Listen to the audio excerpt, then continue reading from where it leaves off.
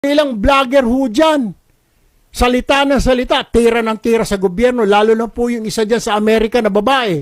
Nakapangasawa siguro ng mayaman na AFAM. AFAM. Napakaswerte mo, Ineng. Bira ng bira eh. Napakaswerte mo, mamahalin pa yung mga antipara mo. Oh, Diyos ko po. Dapat magpasalamat ka na sa Panginoon Diyos na mayaman ang AFAM mo. Hindi ka kailangang magbanat ng buto.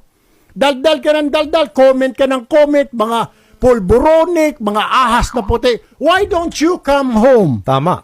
Why don't you come home and Mag-suggest. help this country? Tama. Kung talagang Tumulong may ka na. malasakit ka sa bayan mo, umuwi ka rito, ibenta mo or i-donate mo yung kayamanan mo na galing sa AFAM mo na Amerikano, ibigay mo sa mga mahihirap dito. Kasi nagko-complain ka eh. Diba? Bakit hindi ka umuwi dito? And then you do the fight, you do the battle.